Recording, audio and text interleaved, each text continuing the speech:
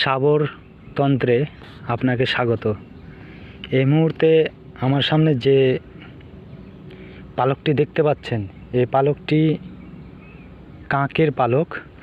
তো প্রধানত তন্ত্রশাস্ত্রে কাকের পালক কালো জাদু হিসাবেই ব্যবহৃত করা হয়। তো আপনাদেরকে খুঁজে নিতে হবে জংলি কাক। প্রধানত কাক দুই প্রকারের হয়, এক গলায় হালকা ছাই ছাই কালারের, আর একটা হচ্ছে পুরোটা কালো, যেটা গোদা বাংলায় বলা হয় দাঁড় কাক। সেই দাঁড় কাকেরই পালক আপনাকে ব্যবহৃত করতে হবে।